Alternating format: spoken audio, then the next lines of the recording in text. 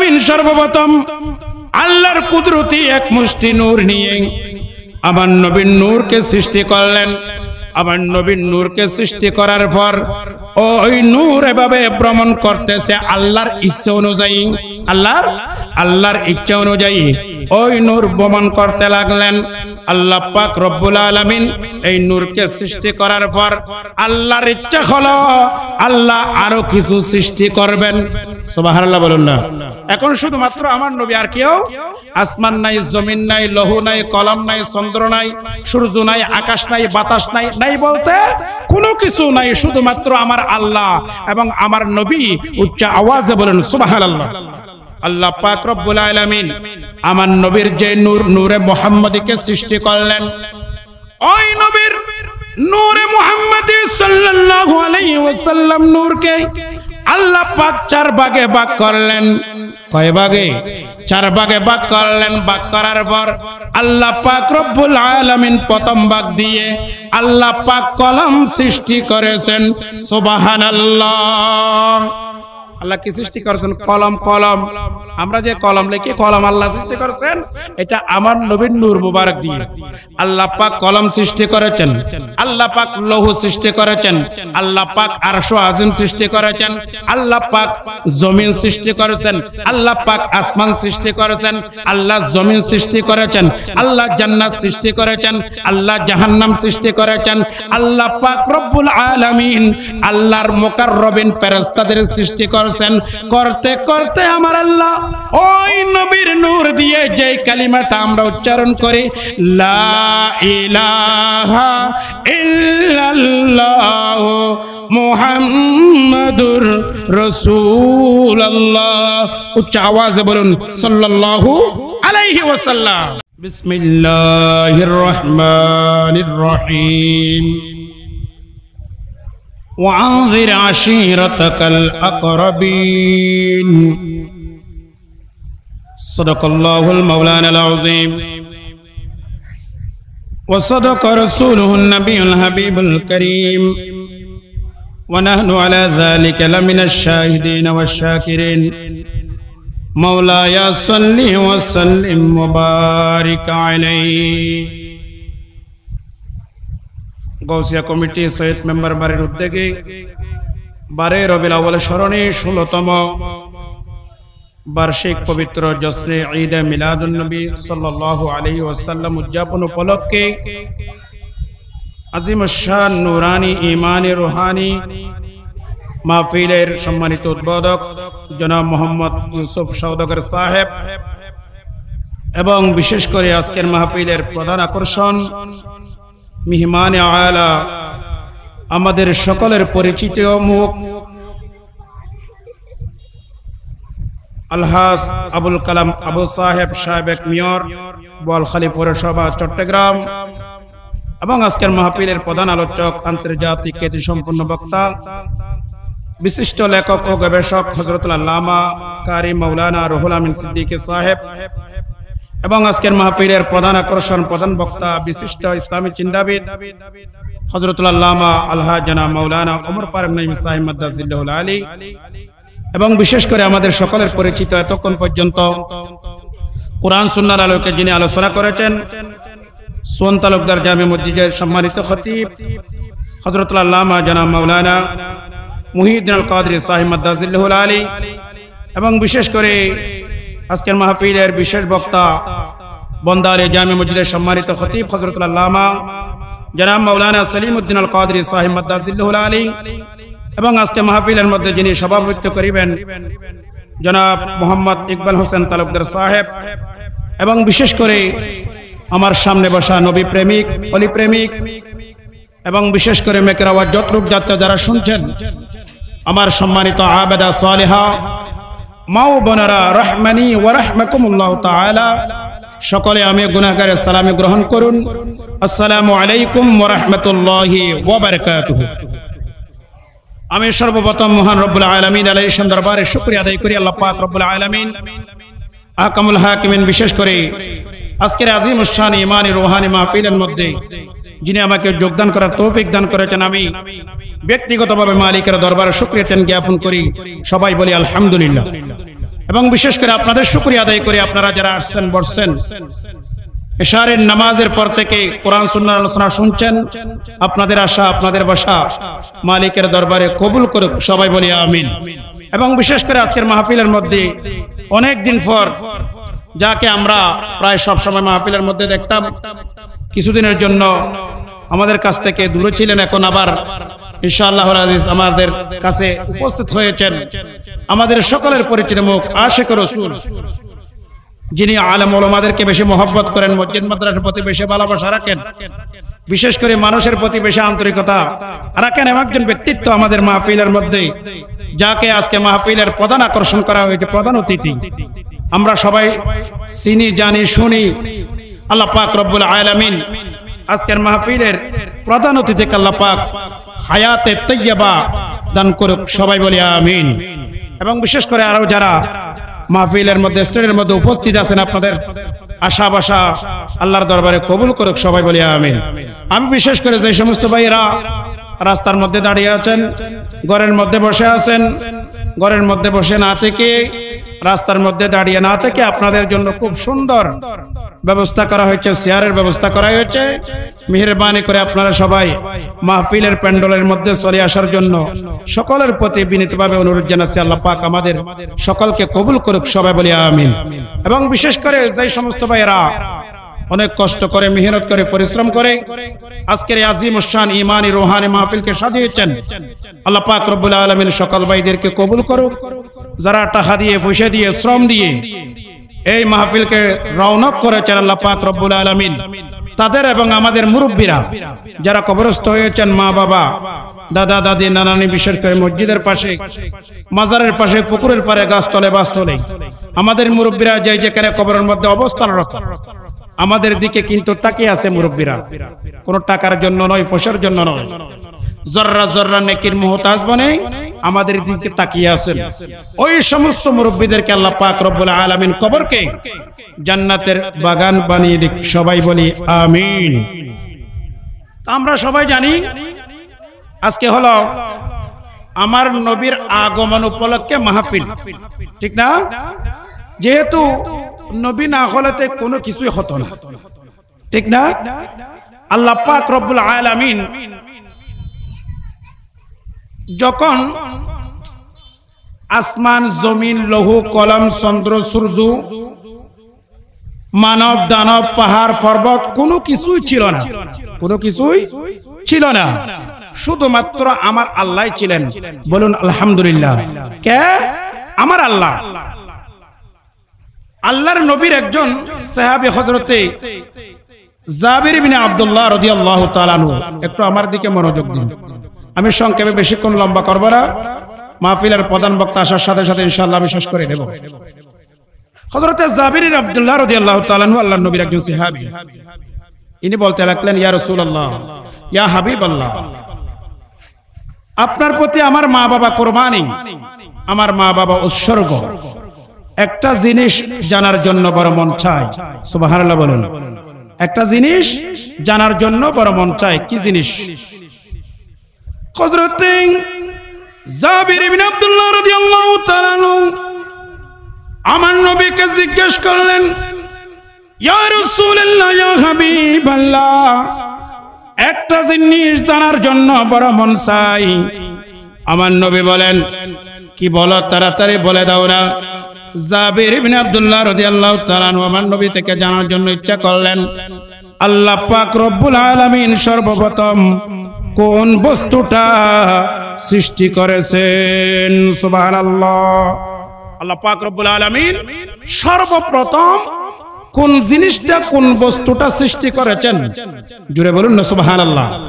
জানার জন্য মন চাই যে আসমানের আগে, জমিনের আগে, লৌহর আগে, কলমের আগে, মানবের আগে, দানবের আগে যখন আল্লাহ ছিলেন, আর কেউ ছিল না, এরপর আল্লাহ কোন বস্তুটা সৃষ্টি করেছেন এটা জানার জন্য কৌতূহল জাগছে, সেজন্য জিজ্ঞেস করলেন। তখন আমার নবী আর দেরি করলেন না, আল্লাহর মাহবুব নবী সাল্লাল্লাহু তাআলা আলাইহি ওয়াসাল্লাম নবুয়তের জবানে এলান দিলেন, হে আমার সাহাবী, শুনো শুনো, আল্লাহ পাক রব্বুল আলামিন সর্বপ্রথম নূরে নবিয়্যুকা, উচ্চ আওয়াজে বলুন সুবহানাল্লাহ। আল্লাহ পাক সর্বপ্রথম নূরে নবিয়্যুকা, তোমার নবীর নূরকে আল্লাহ পাক সর্বপ্রথম সৃষ্টি করেছেন। উচ্চ আওয়াজে বলুন না সুবহানাল্লাহ। কি সৃষ্টি করেছেন? নূরে নবিয়্যুকা। নবী বলে নাই আমাকে সৃষ্টি করেছেন, আমি মুহাম্মদ সাল্লাল্লাহু আলাইহি সাল্লামকে সৃষ্টি করেছেন। নবী বলেছেন নূরে নবিয়্যুকা। উচ্চ আওয়াজে বলেন সুবহানাল্লাহ। তখন আল্লাহ পাক রব্বুল আলামিন কিভাবে সৃষ্টি করলেন? আমার নবী বলেন আল্লাহ পাক রব্বুল আলামিন সর্বপ্রথম আল্লাহর কুদরতি এক মুষ্টি নূর নিয়ে আমার নবীর নূরকে সৃষ্টি করলেন। আমার নবীর নূরকে সৃষ্টি করার পর ওই নূর এভাবে ভ্রমণ করতেছে আল্লাহর ইচ্ছা অনুযায়ী। আল্লাহর ইচ্ছা অনুযায়ী ওই নূর ভ্রমণ করতে লাগলেন। আল্লাহ পাক রব্বুল আলামিন এই নূরকে সৃষ্টি করার পর আল্লাহর ইচ্ছা হলো আল্লাহ আরো কিছু সৃষ্টি করবেন। সুবহানাল্লাহ বলুন না। এখন শুধুমাত্র আমার নবী, আর কেউ? আসমান নাই, জমিন নাই, লৌহ নাই, কলম নাই, চন্দ্র নাই, সূর্য নাই, আকাশ নাই, বাতাস নাই, নাই বলতে কোনো কিছু নাই, শুধুমাত্র আমার আল্লাহ এবং আমার নবী। উচ্চ আওয়াজে বলেন সুবহানাল্লাহ। আল্লাহ পাক রব্বুল আলামিন আমার নবীর যে নূর, নূরে মুহাম্মদীকে সৃষ্টি করলেন। ওই নবীর নূরে মুহাম্মদী সাল্লাল্লাহু আলাইহি ওয়াসাল্লাম নূরকে আল্লাহ পাক চার ভাগে ভাগ করলেন। কয় ভাগে? চার ভাগে ভাগ করলেন। ভাগ করার পর আল্লাহ পাক রব্বুল আলামিন প্রথম ভাগ দিয়ে আল্লাহ পাক কলম সৃষ্টি করেছেন। সুবহানাল্লাহ। আল্লাহ কি সৃষ্টি করেছেন? কলম। কলম আমরা যে কলম লিখি, কলম আল্লাহ সৃষ্টি করেছেন। এটা আমার নবীর নূর মুবারক দিয়ে আল্লাহ পাক কলম সৃষ্টি করেছেন। আল্লাহ পাক লৌহ সৃষ্টি করেছেন। আল্লাহ পাক আরশ আজিম সৃষ্টি করেছেন। আল্লাহ পাক জমিন সৃষ্টি করেছেন। আল্লাহ পাক আসমান সৃষ্টি করেছেন। আল্লাহ জমিন সৃষ্টি করেছেন। আল্লাহ জান্নাত সৃষ্টি করেছেন। আল্লাহ জাহান্নাম সৃষ্টি করেছেন। আল্লাহ পাক রব্বুল আলামিন আল্লাহর মুকাররবিন ফেরেশতাদের সৃষ্টি করেছেন। করতে করতে আমার আল্লাহ ওই নবীর নূর দিয়ে যে কালিমাটা আমরা উচ্চারণ করি, লা ইলাহা ইল্লাল্লাহ মুহাম্মাদুর রাসূলুল্লাহ, উচ্চ আওয়াজে বলুন সাল্লাল্লাহু আলাইহি ওয়াসাল্লাম। এই কালিমাটাও সৃষ্টি করেছেন আমার আল্লাহ আমার নবীর নূর মুবারক দিয়ে। জুড়ে বলুন না সুবহানাল্লাহ। আমাদের যে চোখ আছে, চোখের মধ্যে আলো আছে না নাই? নূর। নূর মানে আলো। নূর মানে কি? আলো। চোখের যে আলো আছে, যে আলো দিয়ে আমি সারা পৃথিবী দেখতে পাই, আসমান দেখি, জমিন দেখি, 18,000 মখলুকাত দেখি, এত সুন্দর পৃথিবী দেখি, একজন অপরজনকে দেখি। এই যে চোখ আছে, চোখের মধ্যে নূর আছে। নূর আছে না নাই? এই নূরও আমার নবীর নূর থেকে সৃষ্টি। জুড়ে বলুন না সুবহানাল্লাহ। আল্লাহ পাক আমাদেরকে একটা মূল্যবান জিনিস দিয়েছেন। আমাদের শরীরের মধ্যে যে বডি আছে, এক একটার চাইতে বড় দামি, তার মধ্যে সব চাইতে মানুষের মধ্যে একটা বড় মূল্যবান জিনিস, এটা হলো মানুষের কলব, মানুষের রূহ, মানুষের আত্মা। ঠিক কিনা বলেন না? হাতও আছে, পাও আছে, মাথাও আছে, চক্ষু আছে, সবকিছু আছে, কিন্তু কলব নামক যে একটা রূহ আছে, এই রূহ যদি না থাকে আপনার এই 3.5 হাত দেহের কোনো দাম আছে? রুটা যদি একটু করে বের হয়ে যায়, আমাদের মেয়র সাহেব আর মেয়র থাকবে না, ইনি একজন লাশ হয়ে যাবে। প্রধান বক্তা থাকবে না, ইনি একজন লাশ হয়ে যাবে। প্রধানমন্ত্রী থাকবে না, রু যখন বের হয়ে যাবে ওনার নাম একটা লাশ হয়ে যাবে। সবাই বলবেন ইন্না লিল্লাহি ওয়া ইন্না ইলাইহি রাজিউন। উচ্চ আওয়াজে বলুন সুবহানাল্লাহ। রু নাই বলতে মানুষের আর কোনো দাম। ডেড বডি কি করবেন? কবরস্থ করবেন। ওই রু যে আছে, রুহের মধ্যে একটা নূর আছে, ওই নূরটাও কিন্তু আমার নবীর নূর থেকে সৃষ্টি। উচ্চ আওয়াজে বলুন না সুবহানাল্লাহ। তাহলে বোঝা যায়, আমি যদি একটু করে দৃষ্টিপাত করি যে আসমান দেখতে পাচ্ছি, এত বড় একটা আসমান, এটা কে সৃষ্টি করছেন? একজন সৃষ্টিকর্তা, একজন মিস্ত্রি আছে তো, একজন কারিগর আছে তো, ইনি হলেন লা ইলাহা ইল্লাল্লাহ। কিভাবে সৃষ্টি করেছেন? আমার আল্লাহ বলেন এই আসমানটাও সৃষ্টি করেছি নূরে মুহাম্মদী সাল্লাল্লাহু আলাইহি ওয়াসাল্লামের নূর দিয়ে আমি আসমান সৃষ্টি করেছি। জোরে বলুন না সুবহানাল্লাহ। যেই জমিনের মধ্যে আমরা বিচরণ করতেছি, এই কিন্তু জমিনের মধ্যেও নবীর নূর আছে, আসানা নাই।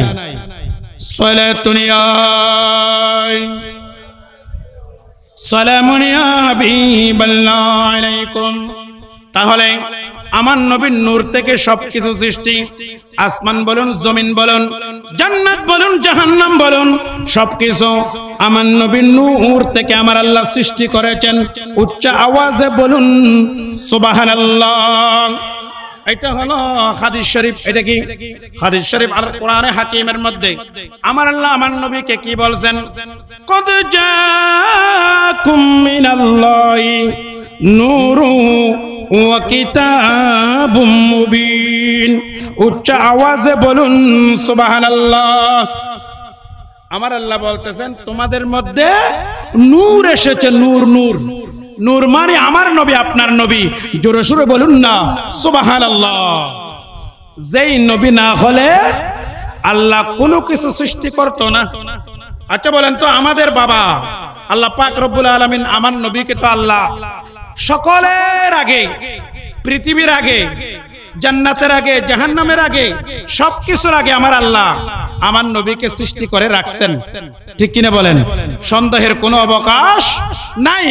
কিন্তু পৃথিবীর মধ্যে আমার আল্লাহ যাকে সর্বপ্রথম পাঠিয়েছেন ইনি হলেন হযরতে বাবা আদম আলাইহিস সালাম। ঠিক কিনা বলেন?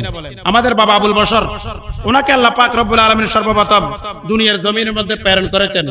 তো আমার নবীর চাচা আছে একজন, হযরত আব্বাস রাদিয়াল্লাহু তাআলা আনহু। ঠিক কিনা বলেন? এটাকে আমার নবীর চাচা। একদিন আমার নবীকে জিজ্ঞেস করলেন, ইয়া রাসূলুল্লাহ, ইয়া হাবিবাল্লাহ, আল্লাহ পাক রব্বুল আলামিন আদমকে বানাইয়া আল্লাহ জান্নাতে রাখছিলেন। কোথায় রাখছিলেন? কোথায়? জান্নাতে। কাকে?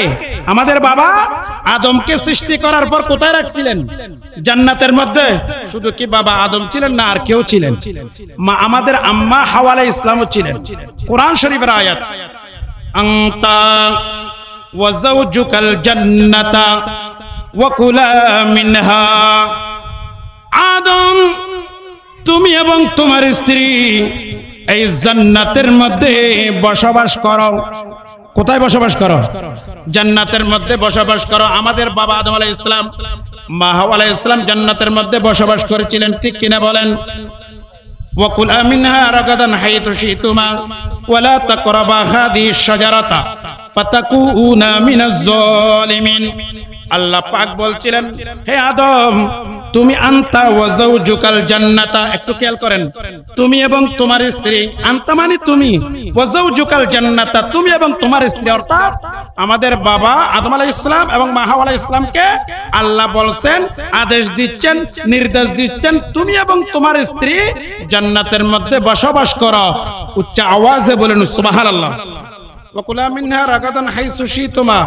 ওই গন্ধম গুলার কথাই বলছে, এগুলা কিন্তু খাইও না। যাই হোক, খেয়ে ফেলছে। কি করছেন? খেয়ে ফেলছেন। তাহলে এটা একটা ভুল হয়েছে, অপরাধ না। এটা কি ভুল? অপরাধ না, গুনাহ না। এটা আমার আল্লাহর পছন্দ হয় নাই। কি হয় নাই? আল্লাহর পছন্দ হয় নাই। যাই হোক, আমার আল্লাহর জান্নাতের মধ্যে আদম আলাইহিস সালামকে রাখলেন না। কোথায় পাঠিয়ে দিয়েছেন? দুনিয়ার মধ্যে। বলেন না কোথায়? দুনিয়ার মধ্যে পাঠিয়ে দিলেন।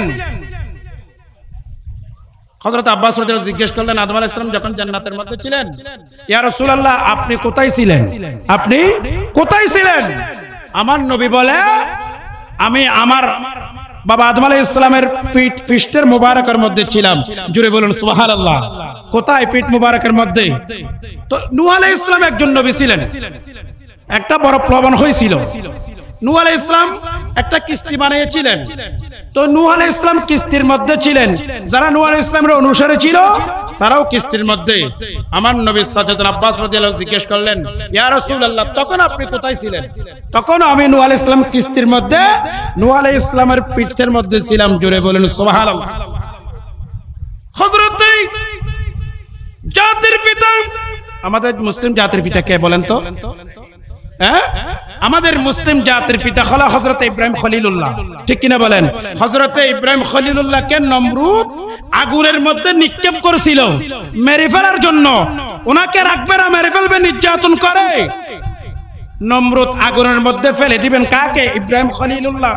আমার বাবা আপনার বাবা সারা মিল্লাতা আবিকুম ইব্রাহিমা ওয়া সাম্মাকুমুল মুসলিমিন, মুসলিম জাতির পিতাকে নমরুদ আগুনের মধ্যে নিক্ষেপ করে শেষ করে দিবে। আমার আল্লাহ বলে না খবরদার তুমি শেষ করতে পারবা না। উচ্চ আওয়াজে বলুন সুবহানাল্লাহ। নমরুদ চাইছিল ইব্রাহিম খলিলুল্লাহকে কি করবে? আগুনের মধ্যে ফেলে কি করবেন? শেষ করে দিবেন। আল্লাহ পাক আগুনকে বলছেন খবরদার। আগুনের কথা আল্লাহর কথা আগুনে শুনবে কিনা? আল্লাহ পাক রব্বুল আলামিন বললেন কুলনা ইয়া নারু কুনি বারদান ওয়া সালামান আলা ইব্রাহিম। হে আগুন, কুলনা ইয়া নারু, হে আগুন, ইয়া নারু মানে আগুন, কুনি বারদান ওয়া সালামান আলা ইব্রাহিম। আমার ইব্রাহিম, এটা আমার খলিল, এটা আমার বন্ধু, আমার বন্ধুর জন্য তুমি আরামদায়ক হয়ে যাও, ফুলের বাগান হয়ে যাও, শান্তিময় হয়ে যাও। খবরদার আগুন, আমার খলিলের একটা গ্যাস তুমি জ্বালাইতে পারবা না। উচ্চ আওয়াজে বলুন না সুবহানাল্লাহ। ইব্রাহিম খলিলের কি ফুরে গেছে? মরে গেছে? না না, কখনো মরেও নাই, ফুরেও নাই, ফুলের বাগানের মতন শান্তিময় আরামদায়ক হয়ে গেছে। তখন আমার নবীর চাচা যান আব্বাস রাদিয়াল্লাহু তাআলা বললেন, ইয়া রাসূলুল্লাহ, ইব্রাহিম খলিলকে যখন আগুনের মধ্যে নিক্ষিপ্ত করেছিল নমরুদ, তখন আপনি কোথায় ছিলেন? আমার নবী বলে, আমার জাতির পিতা ইব্রাহিম খলিলুল্লাহর পৃষ্ঠ মুবারকের মধ্যে, ওই আগুনের মধ্যে আমি নবী মুস্তাফাও ছিলাম। জুড়ে বলুন সুবহানাল্লাহ। আমি কোথায়? ইব্রাহিম খলিল যেখানে আগুনের কুণ্ডুলে, ওই আগুনের কুণ্ডুলের মধ্যেও আমি নবী ছিলাম। জুড়ে বলুন না সুবহানাল্লাহ। সালাতুন ইয়া সালামুন ইয়া হাবিবাল্লাহ। সময় সংক্ষিপ্ত, আমি সংক্ষেপে বলছি। হযরতে বাবা আদম আলাইহিস সালাম থেকে শুরু করে হযরতে বাবা আব্দুল্লাহ পর্যন্ত পুরুষ দিক দিয়ে, হযরতে মা হাওয়া আলাইহিস সালাম থেকে শুরু করে মা আমেনা পর্যন্ত আমার নবীর নূর মুবারক, আমার নবীর নূরে মুস্তাফা আদম আলাইহিস সালাম থেকে শুরু করে বাবা আব্দুল্লাহ পর্যন্ত, মা হাওয়া আলাইহিস সালাম থেকে শুরু করে মা আমেনা পর্যন্ত, যেই সমস্ত পুরুষের পৃষ্ঠ মুবারক, যেই সমস্ত নারীর প্যান্ট মুবারকের মধ্যে আমার নবী ছিলেন, সকলে কিন্তু মুমিন ছিলেন। আল্লাহ কোরআনের মধ্যে বলেন, ওয়াতাকাল্লুবাকা ফিস সাজিদিন। উচ্চ আওয়াজে বলুন সুবহানাল্লাহ। আল্লাহ পাক কোরআনের মধ্যে বলতে লাগলেন, ওয়াতাকাল্লুবাকা ফিস সাজিদিন। আমার নবী যেই সমস্ত পুরুষদের পৃষ্ঠের মধ্যে ছিলেন, যেই সমস্ত মহিলাদের পেট মুবারকের মধ্যে ছিলেন, তারা সবাই আল্লাহকে সিজদাকারী মুমিন নেককার ছিলেন। উচ্চ আওয়াজে বলুন সুবহানাল্লাহ। নবীন নূর মুবারক আল্লাহ বানাইয়া আগে দুনিয়ার মধ্যে পাঠাই দেয় স্তরে স্তরে, সিস্টেমে সিস্টেমে। বাবা আদম আলাইহিস সালামের পৃষ্ঠ মুবারকের মধ্যে, এরপরে শীশ আলাইহিস সালাম, এভাবে আস্তে আস্তে আস্তে আস্তে বাবা আব্দুল্লাহর পৃষ্ঠ মুবারকের মধ্যে, বাবা আব্দুল্লাহর পৃষ্ঠ মুবারক থেকে মা আমেনার শেকন মুবারকের মধ্যে হয়ে 570 খ্রিস্টাব্দে মক্কা নগরীর মধ্যে আমার নবী মা আমেনার ঘরের মধ্যে তশরীফ এনেছেন এই রবিউল আউয়ালের 22 তারিখে। উচ্চ আওয়াজে বলুন না সুবহানাল্লাহ। নবীকে আল্লাহ কি প্রথমে সৃষ্টি করেন দূরে, ওখান থেকে ফেলে দিয়েছেন? না না, যেই সমস্ত ব্যক্তিরা আমার নবীর নূর মুবারক আমানত হিসেবে রাখছিলেন, সবাই মুমিন ছিলেন। ওয়াতাকাল্লুবাকা ফিস সাজিদিন, তারা সবাই আল্লাহকে সিজদা করতে কি মানে, তারা সবাই মুমিন ছিলেন। এই কথাটা বলার কারণ হলো, আমাদের মধ্যে অনেক ভাই এরা বলতে চায় নবীর মা বাবা নাকি জাহান্নামী। নাউজুবিল্লাহ, বড় করে বলবেন না। নবীর মা বাবা নাকি মুশরিক। আল্লাহ কোরআনের মধ্যে বলেছেন, ইন্নামাল মুশরিকুনা নাজাসুন। মুশরিক হলো নাফাকি, আমার নবী হলো পাক পবিত্র, আমার নবী হলো আল্লাহর কুদরতের জাতে পাকের নূর। আমার নবীর নূর কিভাবে মুশরিক থেকে দুনিয়ার মধ্যে আসতে পারে? আমার আল্লাহ বলছেন, না না, ওয়াতাকাল্লুবাকা ফিস সাজিদিন। আমার নবীর নূরে মুস্তাফাকে, আমার হাবিব মাহবুবকে কোন মুশরিক দিক দিয়ে আমি পাঠাই নাই, বরঞ্চ যারা আমার নবীর নূর মুবারককে আমানত হিসেবে রেখেছিলেন, পৃথিবীর মধ্যে নিয়ে গিয়েছিলেন, ওরা সবাই আপন আপন ধর্মমতে সবাই মুমিন ছিলেন, সবাই আমি আল্লাহকে সিজদা করত, তারা নেককার ছিলেন। উচ্চ আওয়াজে বলুন না সুবহানাল্লাহ। ঠিক কিনা বলেন? তাহলে নবীর মা বাবাকে জান্নাতি না জাহান্নামী? যেই নবী না হলে দুনিয়া হতো না, যেই নবী না হলে জান্নাত হতো না, যেই নবী না হলে আমি হতাম না, যেই নবী না হলে আপনি হতেন না, এরকম একজন নবীকে যারা ধারণ করেছে, যারা পেট মুবারকের মধ্যে নিয়েছে, যারা পৃষ্ঠ মুবারকের মধ্যে নিয়েছে, ওরা কি জাহান্নামের মধ্যে যেতে পারে? আরে বাবা, 2 টাকার মোল্লা তুমি 2 পৃষ্ঠা পড়া পরে তুমি জান্নাতে চলে যাবা, আর তুমি নবীর মা বাবার ব্যাপারে জাহান্নামের সার্টিফিকেট দিবা? কত বড় মলউন হলে এরকম কথা বলতে পারে? ঠিক কিনা বলেন? এরকম একটা জান্নাতি নবীকে নাকি জান্নাতি নবীর মা বাবা নাকি জাহান্নামের মধ্যে যাবে? কত বড় জালিম দেখেন! কোরআন বুঝে না। আল্লাহ কোরআনের মধ্যে বলেছেন ওয়া তাকাল্লুবাকা ফিস সাজিদিন। তো সিজদা করে আল্লাহকে কারা? মুমিনেরা তো আল্লাহকে সিজদা করে। ঠিক কিনা বলেন? কোন মুশরিক আল্লাহকে সিজদা করে? আমরা এখন নামাজ পড়ে আসছি, নামাজ কি মুমিনে পড়ে না মুশরিকে পড়ে? মুমিনে তো নামাজ পড়ে, মুশরিকে তো নামাজ পড়ে না। মুশরিক যারা নাফাকি, আল্লাহর কথা ইন্নামাল মুশরিকুনা নাজাসুন, এরা নাফাকি, এরা মুশরিক। যাই হোক, আল্লাহ পাক রব্বুল আলামিন আমাদের প্রত্যেককে বুঝার এবং আমল করার তৌফিক দান করুক, সবাই বলি আমিন। তাহলে আমার নবীর মা বাবা কি জান্নাতি? আমার নবীর মা বাবা কি জান্নাতি? আল্লাহ পাক রব্বুল আলামিন আমাদের প্রত্যেককে বুঝার তৌফিক দান করুক, সবাই বলি আমিন। নবী দুনিয়ার মধ্যে আসছেন, কোথায় আসছেন? দুনিয়ার মধ্যে আসছেন। কেন আসছেন? কি জন্য আসছেন? কি নিয়ে আসছেন? একদিন আমার নবীকে প্রশ্ন করা হলো, ইয়া রাসূলুল্লাহ, ইয়া হাবিবাল্লাহ। এক ব্যক্তি আমার নবীকে জিজ্ঞেস করলেন, আপনাকে কেন সৃষ্টি করা হয়েছে? সুবহানাল্লাহ বলবেন না? কেন আপনাকে সৃষ্টি করা হয়েছে? একটু অপেক্ষা করো। আমার নবী ওর জন্য অপেক্ষামান রয়েছে, কারণ আমার নবী নিজ থেকে কোনো কথা বলে না। কোরআনের মধ্যে আল্লাহ বলছেন, ওয়া মা ইয়ানতিকু আনিল হাওয়া, আমি নিজের থেকে কোনো কথা বলি না, যতক্ষণ পর্যন্ত আমার মালিক আমাকে বলবে না ততক্ষণ পর্যন্ত আমি কোনো কথা বলবো। উচ্চ আওয়াজে বলুন না সুবহানাল্লাহ। একটু অপেক্ষা করো। অপেক্ষা করেছেন, তখন আমার নবী বলতে লাগলেন, আল্লাহ পাক বলছেন, আল্লাহ পাক আমাকে না বানায় নাকি আসমান জমিন কোনো কিছু বানাতো না, সেজন্য আল্লাহ আমাকে বানাইছেন। জুড়ে বলুন না সুবহানাল্লাহ। নবী না হলে কোনো কিছু হতো না। আল্লাহ পাক বলছেন, আমি নবীর উসিলায় সবকিছু বানাইয়েছি, নবীর উসিলায় সবকিছু বানাইয়েছি। কিন্তু আবার কিছু কিছু ভাই বলে আমার নবী নাকি 40 বছরে নবী হয়েছেন, 40 বছর আগে নবী কি ছিলেন নবীও জানেন না। নাউজুবিল্লাহ বলেন না। আমার নবী 40 বছর আগে কি ছিলেন নবীও জানেন না, এরকম কিছু বক্তব্য দেখা যায়। নাউজুবিল্লাহ বলবেন না। আমার নবী কি 40 বছর পরে নবী? আরে বাবা বেকুফের বেকুফ, আমার নবী যখন আসমান নাই, জমিন নাই, লৌহ নাই, কলম নাই, চন্দ্র নাই, জান্নাত নাই, জাহান্নাম নাই, নাই বলতে কোনো কিছু নাই, তখন থেকে তো আমার নবী নবী হিসেবে ছিলেন। জুড়ে বলুন না সুবহানাল্লাহ। কুনতু, এটা হাদিস শরীফ, কুনতু নবিয়্যা ওয়া আদামু বাইনাল মা'i ওয়াত তিন। সর্বপ্রথম মানুষ হলো আদম আলাইহিস সালাম, দুনিয়ার মধ্যে প্রথম পাঠিয়েছেন কুনতু নবিয়্যা ওয়া আদামু বাইনাল মা'i ওয়াত তিন। যেই সময়ের মধ্যে আদম মাটি এবং পানির মধ্যে মিশ্রিত অবস্থায় আদমের আকৃতি হয় নাই, আমার নবী বলেন তখন থেকেও আমি নবী নবী ছিলাম। উচ্চ আওয়াজে বলুন না সুবহানাল্লাহ। তখন থেকেও আমি নবী নবী হিসেবে ছিলাম। কিন্তু আসছেন সবার পরে, আসছেন 1,24,000 মতান্তরে 2,36,000 যে নবী রাসূল পৃথিবীর মধ্যে আসছেন, আল্লাহ পাক রব্বুল আলামিন সকলের শেষে আমার নবী মুস্তাফাকে পৃথিবীর জমিনের মধ্যে পাঠিয়েছেন। উচ্চ আওয়াজে বলুন না সুবহানাল্লাহ। নবী আসছেন দুনিয়ার মধ্যে। নবী 40 বছর আগে কি ছিলেন এটা নবীও জানেন না। এটা বড় ধরনের মিথ্যা কথা না? আমার নবী যখন দুনিয়ার মধ্যে আসছেন, পৃথিবীর মধ্যে যখন আমার নবী মা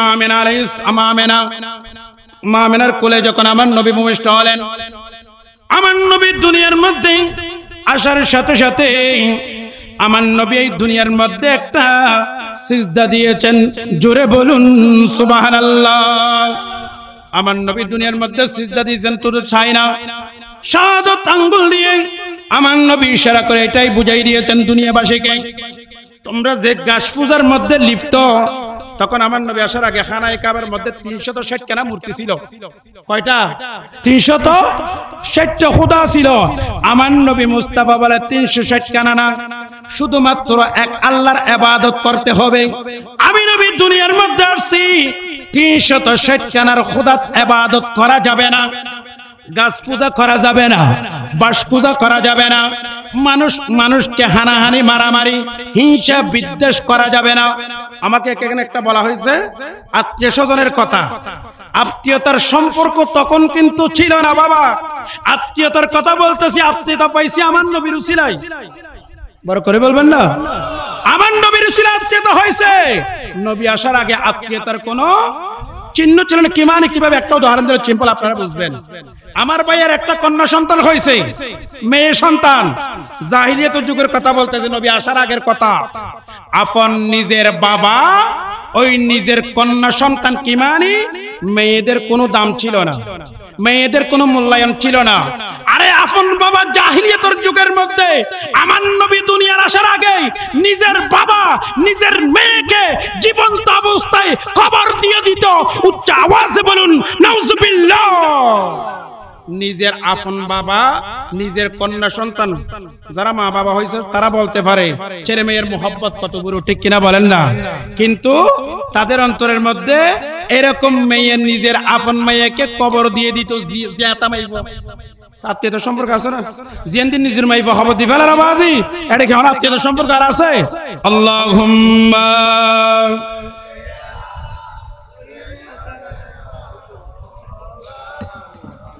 ওয়ালা আলি।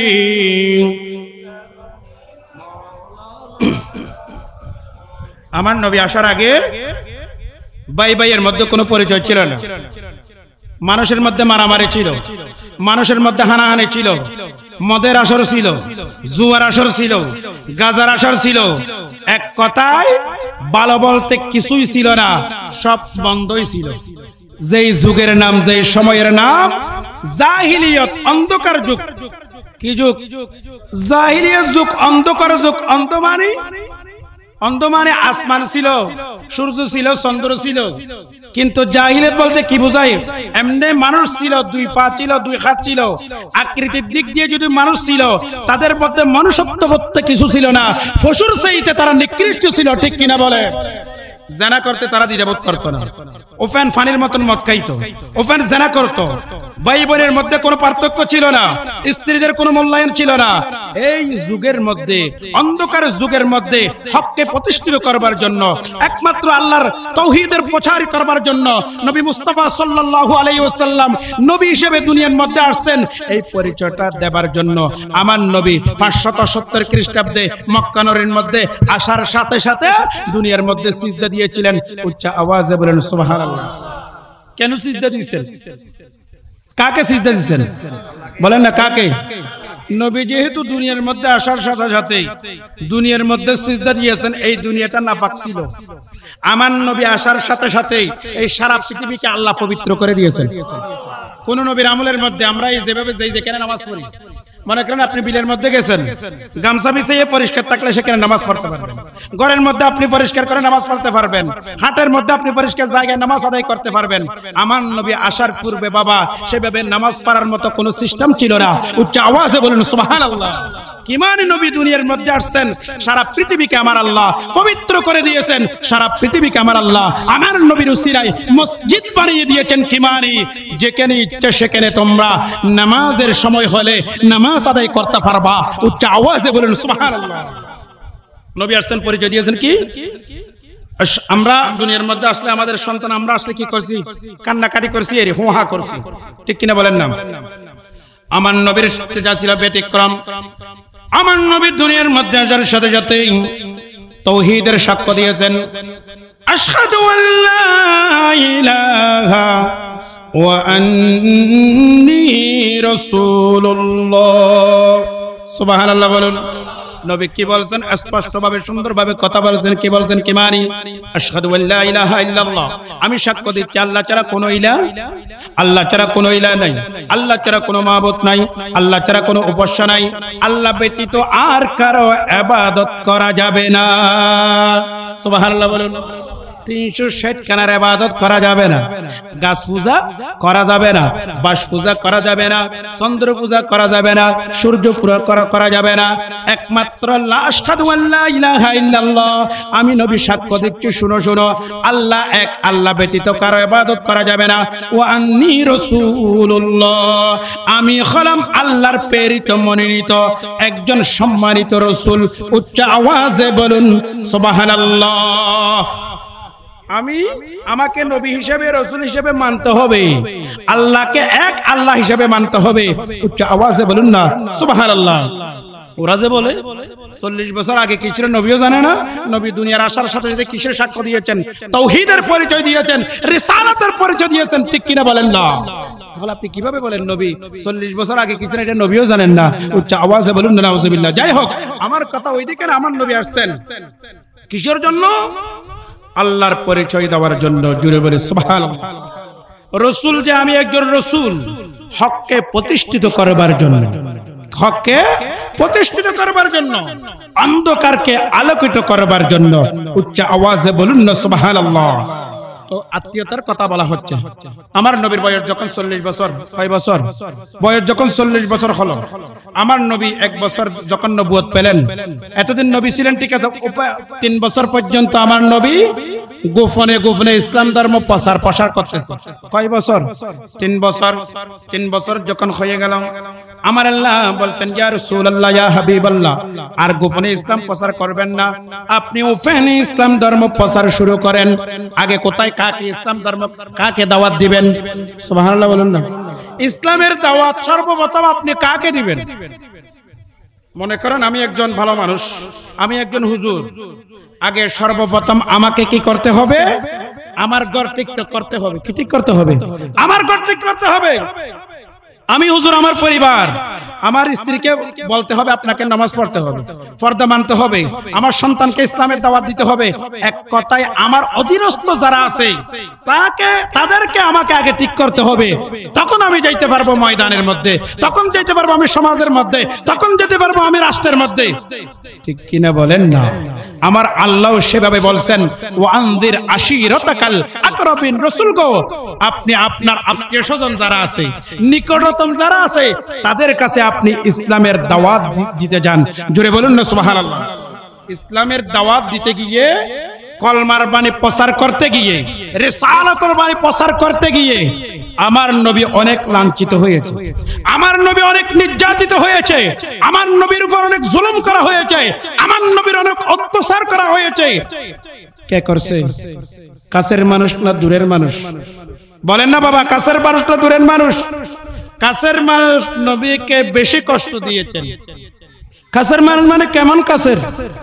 নবীর ব্লাড সম্পর্ক, নবীর আপন চাচা আবু জেহেল, নবীর আপন চাচা আবু লাহাব, উতবা, শাইবা, মুগীরা, বারবার আরবের কাফেররা আবার নবীকে বেশি কষ্ট দিয়েছেন বাবা। ঠিক কিনা বলেন না? কেন বেশি কষ্ট দিয়েছেন? আমরা এতদিন জানতাম আমাদের খোদা, আমাদের ঘট, আমাদের আল্লাহ 360 জন, আর আমার বাতিজা, নবী তো বলেন আমার বাতিজা বলছে, ইনি বলছেন নাকি শুধু এক খোদার ইবাদত করতাম। নাউজুবিল্লাহ বলেন না। ইসলাম কেউ কবুল করছে, কেউ কবুল করেন নাই, কিন্তু আবু লাহাব আমার নবীকে বেশি কষ্ট দিয়েছেন, আবু জেহেল আমার নবীকে বেশি কষ্ট দিয়েছেন। কষ্ট দিতে দিতে শেষ পর্যন্ত আর নিজে না পারে ইয়েমেন দেশের বাদশাকে খবর দিয়েছেন। কোন দেশের? ইয়েমেন দেশের বাদশা কে খবর দিয়েছেন, দেখো আমার বাতিজা, আমরা যে এতদিন ধর্মকর্ম মানছি, ইবাদত বন্দেগী করছি, এগুলো নাকি সবগুলাই বাতিল, হক ধর্ম নাকি নিয়ে আমার বাতিজা আসছে, এখন তুমি একটু আসো আমার বাতিজার সাথে। আমি কোনো কিছু করতে পারতেছি না, তার সাথে আমি কোনো কিছুর মধ্যে আমি সবগুলাই ফেল করতেছি। ইয়েমেন দেশের বাদশা কানছে নবীকে আক্রমণ করবার জন্য, নবীকে পরীক্ষা নিরীক্ষা করবার জন্য। নাউজুবিল্লাহ বলবেন না। যাই হোক, আবু জাহেলের কথা শোনার সাথে সাথে ইয়েমেন থেকে, ইয়েমেন দেশের বাদশা মক্কার মধ্যে চলে আসলেন। কোথায় চলে আসলেন? মক্কার মধ্যে চলে আসলেন। এসে নবীকে খুঁজতেছে। কাকে খুঁজতেছে? নবীকে খুঁজতেছে। হঠাৎ আমার নবীকে পেয়ে গেলেন। আবু জাহেলও আছে, ইয়েমেন দেশের বাদশা আছে। এখন এবারে পরীক্ষা নিরীক্ষা শুরু করেন। কি করার দে? পরীক্ষা করার দে। হারে আর নবীরে কি পরীক্ষা? কি সত্যি নবী নে? হদা আই অনতন কান পরীক্ষা করতাম চাই, অনতন কান জিনিস চাইতাম চাই, অনেক দেখাইতে পারিবেন না? দেখাইম তো, উত্তর দিম তা কি মুসলমান হইবে না? কইম তো। সুবহানাল্লাহ। না, ইয়েমেন দেশের বাদশা আমার নবীকে বলতে লাগলেন, ইয়া রাসূলুল্লাহ, ইয়া হাবিবাল্লাহ, আপনি যদি সত্যি নবী হয়ে থাকেন, ওই আকাশের মধ্যে যে চন্দ্র দেখা যায়, আকাশের মধ্যে যে চাঁদ দেখা যায় ওই চাঁদকে দুই টুকরা করে দেখাতে হবে। উচ্চ আওয়াজে বলুন সুবহানাল্লাহ। নবীর কি করতে দেয়? পরীক্ষা করতে দেয়। আচ্ছা বলেন তো, আকাশের চাঁদ দুই টুকরা করবে আমার নবী কখন? যে সময় তাওহীদের বাণী রাসালাতের বাণী পৌঁছাচ্ছে 40 বছর পরে। আরে বাবা তুমি কি বলো? যখন আমি মা আমেনার ঘরের মধ্যে দুনিয়ার মধ্যে ভূমিষ্ঠ হয়েছি, হযরত আব্বাস আমার নবীর চাচা বলতেছেন, ইয়া রাসূলুল্লাহ ইয়া হাবিবাল্লাহ, আমি তখন আপনি দুনিয়ার মধ্যে ভূমিষ্ঠ হয়েছেন, আমি একটা জিনিস লক্ষ্য করলাম, আপনার আঙ্গুল দিয়ে ইশারা করতেছেন চাঁদের দিকে। কখন? নবী ছোট্ট অবস্থায়, শিশু নবী। আব্বাস বলতেছেন আমি দেখতেছি আপনার আঙ্গুল চাঁদের দিকে, যেদিকে ইশারা করেন সেদিকে চাঁদ এরকম হয়ে যায়। জোরে বলুন না সুবহানাল্লাহ। শিশুর কথা, শিশু নবীর কথা। আমার নবী আঙ্গুল এদিকে করলে চাঁদ এদিকে চলে আসে, আমার নবীর আঙ্গুল মুবারক এদিকে করলে চাঁদ এদিকে যায়। হযরত আব্বাস রাদিয়াল্লাহু তাআলা যখন আমার নবীকে বলতেছেন, আমার নবী মুস্কি হাসি দিয়ে বললেন, চাচা যান, আপনি শুধু আমার আঙ্গুলের ইশারায় চাঁদ পূর্ব দিকে হয়েছে, পশ্চিম দিকে হয়েছে, এইগুলা কি দেখছেন? আমি ওই সময়ের মধ্যে চাঁদের সাথে আমি কথা বলছি, চাঁদ আমার সাথে কথা বলছে। কি মানে চাঁদকে আমার আল্লাহ আমার খেলনা হিসেবে ব্যবহারের জন্য দিয়েছে, আমি চাঁদের সাথে খেলা করেছি। উচ্চ আওয়াজে বলেন সুবহানাল্লাহ। যেই নবী শিশু অবস্থায়, যেই নবী শিশু অবস্থায় শিশু নবী চাঁদের সাথে কথা বলতে পারে, আঙ্গুলের ইশারায় চাঁদ আঙ্গুল মুবারক যেদিকে যায় চাঁদ সেদিকে যায়। এখন নবী নবুয়ত প্রাপ্ত হয়েছেন, নবী আল্লাহ পাক নবুয়তের রাসালাতের দাওয়াত দেওয়ার জন্য বলছেন। এখন আমার নবী চাঁদকে দুই টুকরা করতে পারবে কি পারবে না? কি পারবে কি পারবে না? অবশ্যই পারবে। যাই হোক, এমন দেশের বাদশা বললে এই চাঁদকে দুই টুকরা করো। আমার নবী আর দেরি করে নাই, আমার নবী 2 রাকাত নামাজ আদায় করলেন। আদায় করার সাথে সাথে আমার নবী শাহাদত আঙ্গুল দিয়ে ইশারা করতে দেরি আকাশের চাঁদ দ্বিখণ্ডিত হয়ে গেছে। জোরে বলুন সুবহানাল্লাহ। আঙ্গুল দিয়ে ইশারা করতে দেরি ওই চাঁদ কি হয়ে গেছে?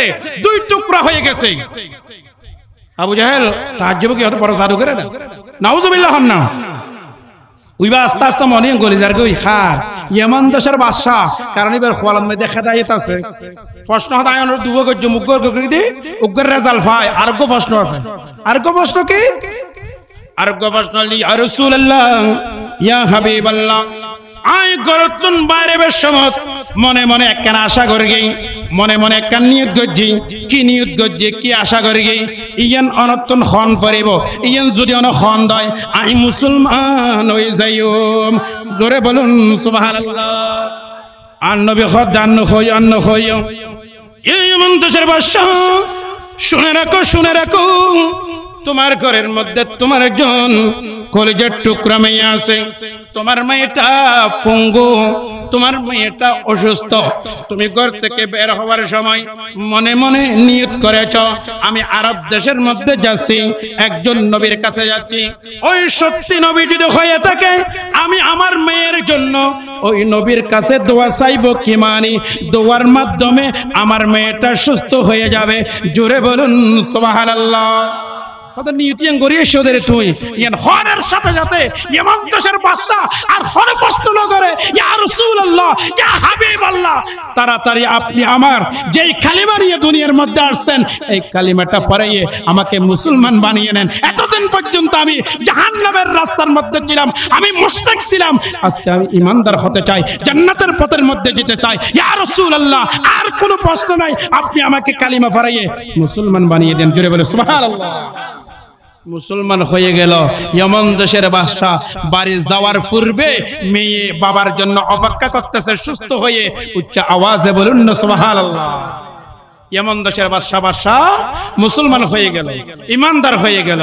কিন্তু কাছের মানুষ, আপন মানুষ আবু জেহেল রয়ে গেল, কলমা পড়ল না, মুসলমান হলো না, বরঞ্চ নবীকে বলতেছেন বড় জাদুঘর, আনতা মাজনুন। উচ্চ আওয়াজে বলুন নাউজুবিল্লাহ।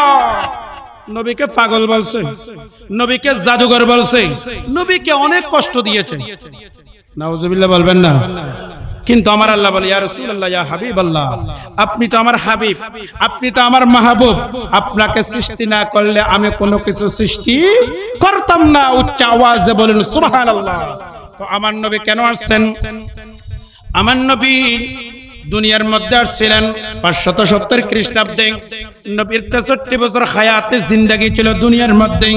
আমার নবী তো আবার রওজায়ে পাকের মধ্যে চলে গেলেন 63 বছর হায়াতের মধ্যে। আমার নবী দুনিয়াবাসীদের জন্য বলতে লাগলেন, হে আমার দুনিয়ার জমিনের উম্মত, শুনো শুনো, আমি নবী আর বেশি দিন দুনিয়ার মধ্যে থাকবো না। আমি তোমাদের জন্য দুটো জিনিস রেখে যাব। কয়টা জিনিস? কয়টা জিনিস? আল্লাহুম্মা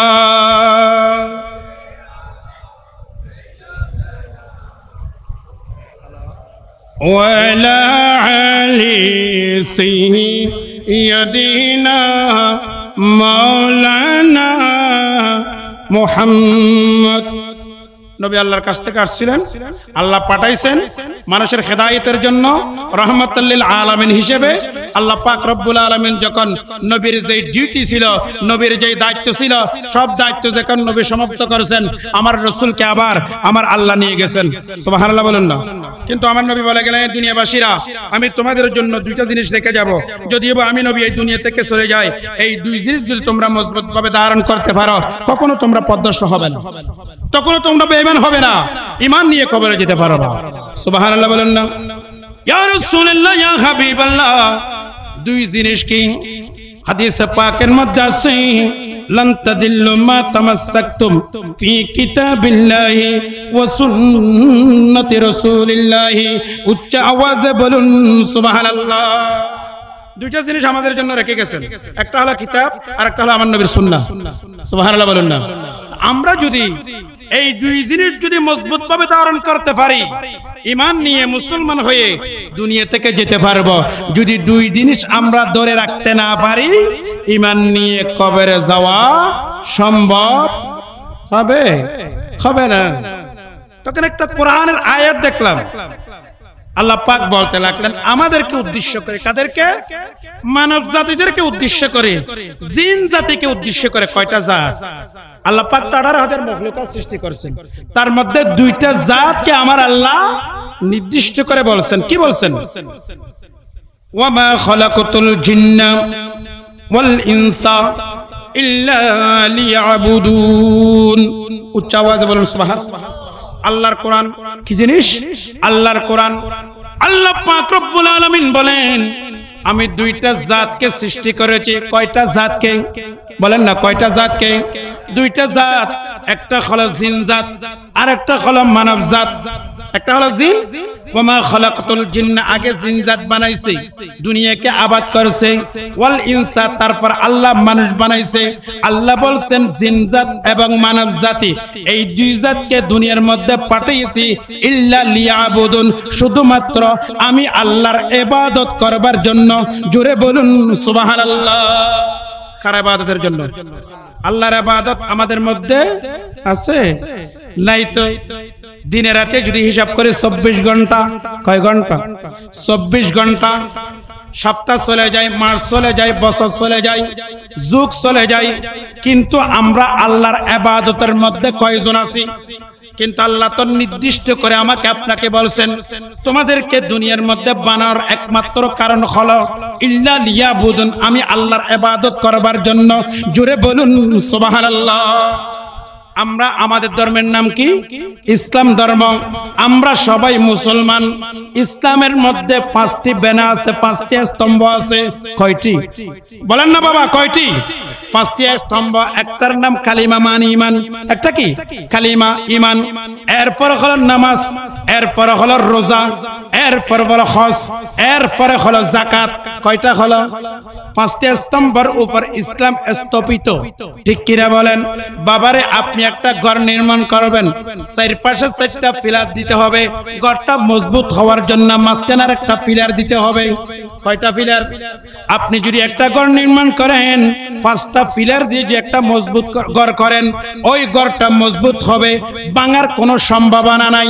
সুতরাং আমার আল্লাহ বলেছেন, দুনিয়ার জমিনের মানুষেরা আমি পাঁচটা বিষয় তোমাদের উপর ফরজ করেছি। নাম্বার আউয়াল হলো ঈমান, দ্বিতীয় নম্বর নামাজ, তারপর রোজা, তারপর হজ, তারপর যাকাত। একজন মুসলমানকে এটা মানতে হবে, বিশ্বাস করতে হবে, এইটা আমাদের জন্য আল্লাহ ফরজে আইন করে দিয়েছেন। জোরে বলুন সুবহানাল্লাহ। এই পাঁচটার মধ্যে আমি একটা মানি, চারটা মানি না, পরিপূর্ণ মুসলমান হওয়া যাবে? ঘর মনে করেন আপনি ঘর বানছেন, পিলার লাগবে পাঁচটা, সেখানে দিয়েছেন আপনি একটা, কয়টা? একটা, চারটা নাই। এই ঘরটা কি ঘরের ছাদ হিসেবে থাকবে বাবা? মাথার উপর পরে ধুলিসাৎ হয়ে যাবে, সবকিছু শেষ হয়ে যাবে, শুধুমাত্র নামের মধ্যে মুসলমান আছি। আমি কালেমা পড়ি লা ইলাহা ইল্লাল্লাহ মুহাম্মাদুর রাসূলুল্লাহ, আমি মুসলমান। আমি কি শুধুমাত্র বলছি কি লা ইলাহা ইল্লাল্লাহ মুহাম্মাদুর রাসূলুল্লাহ। আর কয়টা বা? আর এরপরে কি নামাজ, এরপরে কি রোজা, এরপরে কি হজ, এরপরে কি যাকাত। আমি লা ইলাহা ইল্লাল্লাহ মুসলমান। নামাজ নাই বলেন না, রোজা নাই, হজ পয়সা আছে, হজ নাই, বড় বড় পয়সা আছে তো, কয়েক কোটি টাকার মালিক। তার উপর জিলহজ মাসে যে হজ, নামাজ পড়া যেভাবে ফরজ, রোজা রাখা যেভাবে ফরজ, হজ করাও সেভাবে ফরজ, সে এখন কি করে? সালা কি করে? উমরা করে আসে। তোমার জন্য উমরা তো ফরজ নয়, হজ ফরজ হইছে। কি হইছে? হজ ফরজ হইছে। তাহলে তুমি হজ কে তো মানো নাই, উমরা করে আসছে। হাজী সাহেব উমরা করে আসছে, আপনাকে সম্পদের মালিক বানানো হয়েছে। আল্লাহ কিন্তু জবরদস্তি করে নাই। আপনি গরিব মানুষ, ফকির মানুষ, আপনার জন্য হজ ফরজ নয়। আপনার টাকা নাই, পয়সা নেই, আপনার উপর যাকাত ফরজ ওয়াজিব নয়। কিন্তু বাবা নামাজের জন্য তো টাকার প্রয়োজন হয় না। নামাজের জন্য টাকার প্রয়োজন হয়, নামাজের জন্য শক্তির প্রয়োজন হয়, নামাজের জন্য কোনো কিছুই লাগে না। আল্লাহ বলছেন ঈমান আনতে হবে কার উপর? লা ইলাহা ইল্লাল্লাহ, আল্লাহ ছাড়া কোনো মাবুদ নেই, আল্লাহ ছাড়া কোনো ইলাহ নাই। আমি আল্লাহকে রব হিসেবে মানি, আল্লাহকে খালেক হিসেবে মানি, আমি মাখলুক। এরপরে আমি তাওহীদের পরিচয় দিলাম, এরপরে বলতেছি রিসালাতের পরিচয়। ইল্লাল্লাহু মুহাম্মাদুর রাসূলুল্লাহ সাল্লাল্লাহু আলাইহি ওয়াসাল্লাম, মুহাম্মদ সাল্লাল্লাহু আলাইহি ওয়াসাল্লাম আল্লাহর প্রেরিত বান্দা এবং মনোনীত রাসূল। আল্লাহকে বিশ্বাস করলাম, আল্লাহর ওয়াহদানিয়তকে বিশ্বাস করলাম, রাসূলের নবীর রিসালাতকে বিশ্বাস করলাম। পাঁচটি ফরজের মধ্যে আমি একটা ফরজ মানলাম। এরপরে কি বাবা?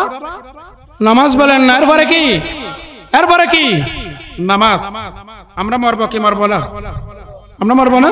গত বছর এই মাহফিলের মধ্যে ছিলেন, এখন নাই, এরকম মানুষও আছে, আছে না নাই? কোথায় জেলে মারার পর আমাদেরকে আপনাকে কোথায় রাখবে? খবরের মধ্যেই প্রশ্ন আছে না নাই? কয়টা প্রশ্ন? সবাই জানি, আল্লাহ ফাঁস করে দিয়েছেন প্রশ্নকে। মার রব্বুকা মান নবী মান দীনুকা মান নবিয়ুকা, কয়টা প্রশ্ন খবরের মধ্যে। কিন্তু হাসরের মধ্যেও কতগুলো প্রশ্ন হবে বাবা। কিসের মধ্যে? হাসরের মধ্যে, কিয়ামতের ময়দানে আমার আল্লাহ বান্দাদেরকে সর্বপ্রথম প্রশ্ন করবে। খবরের কথা না, কিয়ামতের ময়দানের কথাই বলতেছি। খবরের তো মার রব্বুকা মা দীনুকা মান নবিয়ুকা, তিন প্রশ্ন। কিন্তু কিয়ামতের ময়দানে যখন আমার আল্লাহ বিচারক হবে, আলাইসাল্লাহু বিআহকামিল হাকিমিন, আল্লাহ বলছেন আমি কি সকল বিচারকের চেয়ে শ্রেষ্ঠ বিচারক নয় কি? সুবহানাল্লাহ বলেন না। আমার আল্লাহ সকল বিচারকের ঊর্ধ্বে বড় বিচারক আমার আল্লাহ। আমার আল্লাহর চাইতে আর কোন বড় বিচারক দুনিয়ার বিচারকেরা ডান পাশে বাম পাশে টাকা খায়, যারকে জবর বানাতে পারে, দোষীকে নির্দোষী বানাতে পারে, নির্দোষীকে দোষী বানাতে পারে। হ্যাঁ, কিন্তু আল্লাহ বলেন আমি ঘুষ খাই না। আমি কিভাবে ইনসাফ করি? ومن يعمل مثقال ذرة خيرا يره ومن يعمل مثقال ذرة شرا يره। আমার আল্লাহ জাররা জাররা হিসাব করবে, আপনার উপর বেইনসাফ করবে না, আপনার উপরে জুলুম করবে না। যদিও বা আপনি নামাজ না পড়েন, যদিও বা আপনি রোজা না করেন, আপনি যে মাহফিলের মধ্যে আসছেন, এইটার জাযা জাযায়ে খায়র কিয়ামতের ময়দানে আমার আল্লাহ, আপনার আল্লাহ আমাকে আপনাকে দিবেন। জুড়ে বলি সুবহানাল্লাহ। নামাজ না পড়লে নামাজের শাস্তি আছে। মিলাদের মধ্যে আসছেন, মিলাদের সওয়াব আছে, আছে না নাই? অনেক ভাই ছোট তুই নামাজ না পড়ে মিলাদ কিল্লা যাস, হয় না? না হয়। কতবার মুফতি গিয়ে সনবাজি, কতবার মুফতি তুই বড় নামাজ না পড়ে মিলাদ কিল্লা সব হয় না? না হয়। খবরদার, আল্লাহ কোরআনের মধ্যে কি বলছেন? ইন্নাল হাসানাতি ইউযহিবুনাস সাইয়্যাত, হাফিজ কোরআন এখানে আছে। আপনি গুনাহ করেছেন, অপরাধ করেছেন, সাথে সাথে একটা ভালো কাজ করেন, ইউযহিবিনাস সাইয়্যাত, আপনার ভালো আমলের কারণে মন্দ আমলটা আল্লাহ মুছে দিবেন। জোরে বলি সুবহানাল্লাহ। তাহলে কাউকে ইবাদতের জন্য বাধা দেওয়া যাবে? বাধা দেওয়া যাবে? যাই বলছিলাম, আল্লাহ কিয়ামতের ময়দানে আমার কাছে আপনার কাছে একটা প্রশ্ন করবে। সর্বপ্রথম কোন প্রশ্ন? হাদিসে পাকের মধ্যে দেখলাম আমার নবী বলেন, দুনিয়াবাসী শুনো শুনো, আমার উম্মত শুনো শুনো, আমার আল্লাহ বিচারক হবে কিয়ামতের ময়দানের মধ্যে। সবাইকে প্রশ্ন করবে সর্বপ্রথম, আউওয়ালা মা ইউহাসাবু বিহিল আবদ ইয়াউমাল কিয়ামাতি আকিমিস সালাত। উচ্চ আওয়াজে বলুন সুবহানাল্লাহ। আমার আল্লাহ কিয়ামতের ময়দানে সর্বপ্রথম যেই প্রশ্নটা করবে এইটা হবে বাবা নামাজের প্রশ্ন। কিসের প্রশ্ন? নামাজ। নামাজ তুমি পড়ছো কিনা? কতগুলো মানুষ আল্লাহ দেখবেন জাহান্নামের মধ্যে, এটা মুসলমান, তুই ইমানদার, তুই জাহান্নামত কা মা সালাকাকুম ফি সাকার, তুমি জাহান্নামের মধ্যে কেন? তখন জাহান্নামবাসী উত্তর দিবে, ক্বালু লাম নাকুম মিনাল মুসাল্লিন, আল্লাহ রে দুনিয়া তাপ অবস্থায় বিভিন্ন রকমের উজাহাত দেখিয়ে আমি নামাজ পড়তাম না। কি পড়তাম না? তাহলে নামাজ না পড়লে বাবা কোথায় যেতে হবে? জাহান্নামে যেতে হবে। এটা কোরআনের আয়াত। মা সালাকাকুম ফি সাকার, সাকার একটা জাহান্নামের একটা স্থানের নাম। তুমি সাকারের মধ্যে কেন? আমি তো তোমাকে বানাইছি জান্নাতের জন্য। সেই বলবে, ক্বালু লাম নাকুম মিনাল মুসাল্লিন, আল্লাহ আমি দুনিয়া থাকা অবস্থায় নামাজ পড়ি না। তাহলে নামাজ না পড়লে কোথায় যেতে হবে বাবা? জাহান্নামের মধ্যে যেতে হবে। তুমি আমি একজন মুসলমান, আমি একজন ইমানদার, আমি নবীর সৈনিক, আমি নবীর উম্মত, আমি আশিকে রাসূল। আমার নবী বলছে, তুমি যদি আমার আশিক হয়ে থাকো, আল্লাহর বান্দা যদি হয়ে থাকো, তুমি যদি মুমিন হয়ে থাকো, তোমাকে দৈনিক 5 ওয়াক্ত নামাজ আদায় করতে হবে। উচ্চ আওয়াজে বলুন সুবহানাল্লাহ, হাক্কুল্লাহ, আল্লাহু আকবার, ইয়া রাসূলুল্লাহ, ইয়া গাউসুল আযম মুস্তাগির, জিন্দাবাদ জিন্দাবাদ জিন্দাবাদ। আপনাকে কি করতে হবে? নামাজ কয় ওয়াক্ত পড়তে হবে? সপ্তাহে 1 ওয়াক্ত পড়লে হবে মনে হয়। সপ্তাহে কি 1 ওয়াক্ত নামাজ? আমার নবীকে 1 ওয়াক্ত নামাজ আনছে। আমি নবীকে মানি, আমি নবীকে মুহাব্বত করি, আমি আশিক রাসূল দাবি করি বাবা, কিন্তু আমি নামাজ পড়ি না। আমার নবী বলে, তুমি আমার আশিক, তুমি শয়তানের আশিক। কারণ নামাজ না পড়লে কে খুশি হয়? বলেন বাবা, নামাজ না পড়লে কে খুশি হয়? নামাজ না পড়লে শয়তান খুশি হয়, নামাজ পড়লে আমার আল্লাহ খুশি হয়, নামাজ পড়লে আমার নবী খুশি হয়। উচ্চ আওয়াজে বলুন সুবহানাল্লাহ। দুনিয়াবাসীরা, আমি আমার রবকে দেখে এসেছি মিরাজ ফজরের মধ্যে, আমার আল্লাহর সাথে সাক্ষাৎ করছি। আল্লাহ আমার জন্য, আমার উম্মতের জন্য আমাকে নামাজ দিয়েছেন। জুড়ে বলি সুবহানাল্লাহ। দুনিয়ার জমিনের কোন মানুষ যদি আল্লাহর সাথে মিরাজ করতে চায়, আল্লাহর সাথে সাক্ষাৎ করতে চায়, ওই ব্যক্তিকে 5 ওয়াক্ত নামাজি হতে হবে। উচ্চ আওয়াজে বলুন সুবহানাল্লাহ। আমি আপনি যদি নামাজি হয়ে যাই, মিরাজ হবে কার সাথে? সাক্ষাৎ হবে কার সাথে? আসসালাতু মিফতাহুল জান্নাহ, আসসালাতু মিরাজুল মুমিনিন। নামাজ হলো আল্লাহর সাথে মিরাজ, আল্লাহর সাথে সাক্ষাৎ। নবী মিরাজের মধ্যে গিয়ে আল্লাহর সাথে সাক্ষাৎ করেছেন। আমার নবী, আমার নবীর মাধ্যমে দুনিয়াবাসী উম্মতের জন্য আমার নবী বলেছেন, হে আমার গুনাহগার উম্মতেরা, দৈনিক যদি তুমি 5 বার নামাজ পড়ো, তোমার সাথে লামুখানের স্রষ্টার সাথে 5 বার সাক্ষাৎ হয়ে যাবে। জুড়ে বলি সুবহানাল্লাহ। কয়বার সাক্ষাৎ হবে? এটা এই মাধ্যমটা করে দিয়েছেন কে? আমার নবী। জুড়ে বলুন না সুবহানাল্লাহ। আমরা বাবা গুনাহগার বান্দা, কারণ সব সময় আমরা গুনাহ করি, ঠিক কিনা বলেন না? আমি গুনাহ করি, আপনি গুনাহ করেন। আল্লাহ বলেছেন আমি গুনাহগার। যখন আপনি গুনাহ করেন, আমি যখন গুনাহ করি, আমি নাপাকি হয়ে যাই। আল্লাহ পাক নাপাকিকে ভালোবাসেন না, ঠিক কিনা বলেন না? আল্লাহ বলেছেন ইন্নাল্লাহ ইউহিব্বুত তাওয়াবিন ওয়া ইউহিব্বুল মুতাতাহহিরিন, আমি নিজে পবিত্র, আমি পবিত্রদেরকে ভালোবাসি। উচ্চ আওয়াজে বলেন সুবহানাল্লাহ। গুনাহ করেছি, গুনাহ নিয়ে কি বসে থাকবো? গুনাহ করেছি, গুনাহ নিয়ে কি বসে থাকবো না? আল্লাহ বলেছেন তুমি গুনাহ করবে, এটা আমি ভালো করে জানি, কিন্তু নামাজ পড়ো। সুবহানাল্লাহ বলেন। আল্লাহর নবী একদিন আল্লাহর নবীর সাহাবাইদেরকে বললেন, হে সাহাবায়ে কেরাম শুনো শুনো, তোমাদেরকে আমি একটা কথা বলি। কি কথা?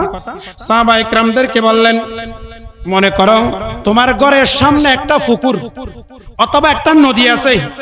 একটু ভালো করে খেয়াল করবেন। হে আমার সাহাবী, তোমার ঘরের সামনে একটা পুকুর আছে অথবা একটা নদী আছে। ওই পুকুরের মধ্যে তুমি যদি দৈনিক 5 বার গোসল করো, কয়বার? তুমি যদি 5 বার গোসল করো, একটু করে বলো না তোমার শরীরের মধ্যে কোনো ময়লা থাকবে? সাহাবায়ে কেরাম বললেন, ইয়া রাসূলুল্লাহ, দৈনিক যদি আমি 5 বার গোসল করি আমার শরীরের মধ্যে ময়লা থাকবে কিভাবে? কোনো ময়লা থাকবে না।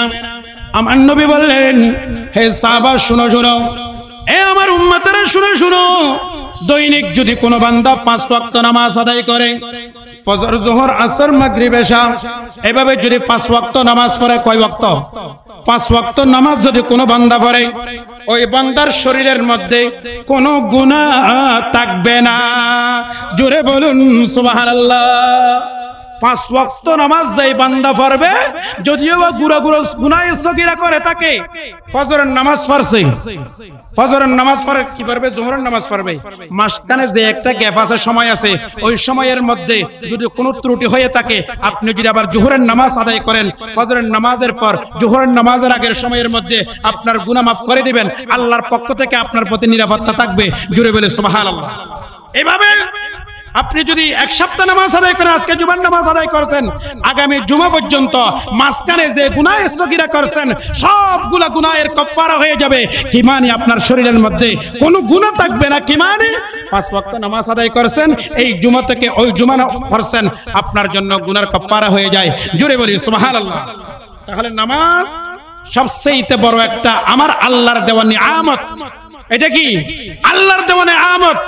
নামাজ পড়লে আমার স্রষ্টা খুশি হয়ে যায়। এখন আমি নামাজ পড়বো কিভাবে? ঠিক কিনা বলেন না?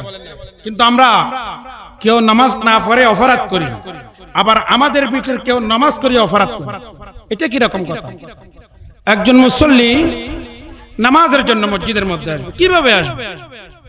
তাকে তো সর্বপ্রথম উযু করতে হবে। কি করতে হবে? উযু। উযু এটা ঠিকভাবে করতে হবে। আপনার উযুটা যদি ঠিকভাবে না হয়, সুন্দরভাবে না হয়, আপনার নামাজ হবে না। নামাজ হবে? নামাজের চাবি হলো উযু। উযুর চাবি হলো নামাজ, নামাজের চাবি উযু, উযুর চাবি হলো গোসল। গোসল ফরজ হলে আপনাকে গোসল করতে হবে, এরপর উযু করতে হবে, তখন আসবেন আপনি নামাজের মধ্যে। ঠিক কিনা বলেন না? যদি উযু ঠিক না হলে নামাজ হবে? নামাজ পড়তে গিয়ে আমি মসজিদের কতগুলো আদব আছে, যেহেতু আমরা মসজিদের দায়িত্ব পালন করি, মাঝে মধ্যে মুসল্লিদের কাছে এগুলো দেখি। ঠিক কিনা বলেন না? নামাজ আমি কিভাবে পড়ব? নামাজ কার জন্য পড়ব? কেন নামাজ পড়ব? এটা কি নামাজ? আমাকে মানুষ নামাজি বলবে। আমি একজন হাজী সাহেব, আমার বয়স হয়েছে, মানুষ আমাকে নামাজি বলার জন্য, আমাকে ভালো মানুষ বলার জন্য, আমাকে মুসল্লি বলার জন্য, আমাকে সালাম দেওয়ার জন্য, আমাকে সবাই সম্মান করার জন্য, আমাকে সবাই তাজিম করবার জন্য, নামাজি বলার জন্য। এই নিয়ত খেয়াল দিয়ে নিয়ে যদি আমি নামাজ পড়ি, আল্লাহ বলবেন ফাওয়াইলুল লিল মুসাল্লিনা আল্লাযীনা হুম আন সালাতিহিম সাহুন। এই নামাজ আপনার মুখ মেরে দিবে আমার আল্লাহ। এরকম নামাজ আমরা পড়তে চাই না। যারা নামাজি তারা নম্র, যারা নামাজি তারা ভদ্র, যারা নামাজি তারা আল্লাহর ঘরের মেহমান, যারা নামাজি কেউ ওই ব্যক্তি কারো গীবত করবে না, পরনিন্দা করবে না, হিংসা করবে না, সমালোচনা করবে না। যদি প্রকৃতভাবে সেই নামাজি হয়ে থাকে, নামাজ তাকে গীবত থেকে রক্ষা করবে, মিথ্যা থেকে রক্ষা করবে, হিংসা থেকে রক্ষা করবে, সমালোচনা থেকে রক্ষা করবে। হুজুর আপনি কোথায় পাইছেন? আমি কোরআনের মধ্যে পাইছি। কোথায়? ইন্নাস সালাতা তানহা আনিল ফাহশাই ওয়াল মুনকার। যেই ব্যক্তি প্রকৃত নামাজি হতে পারবে, আল্লাহকে রাজি করবার জন্য, আল্লাহর সন্তুষ্টির জন্য যেই ব্যক্তি নামাজ পড়বে, সেই ব্যক্তি কখনো মিথ্যা কথা বলতে পারবে না, ওই ব্যক্তি কখনো গীবত করবে না, ওই ব্যক্তি ভাইয়ের সমালোচনা করবে না, ওই ব্যক্তি আরেকজন ভাইকে হিংসা করবে না, আরেকজনের হক মেরে খাবে না। মদ, জুয়া, গাঁজা, এক কথায় ফাহিশা, অপরাধ হয়, গুনাহ হয়, এরকম কাজ কোনো কিছু করবে না। কি মানে? তাকে নামাজে হেফাজত করবে যদি প্রকৃতভাবে সেই নামাজি হতে পারে। আমি নামাজে পড়ি মিছাতা হই, নামাজে পড়ি সমালোচনা করি, নামাজে পড়ি গীবত করি, নামাজে পড়ি হুজুর ট্যাংলের কে বলে হয়, নামাজে পড়ি হুজুরের মাতালের কে বলে হয়।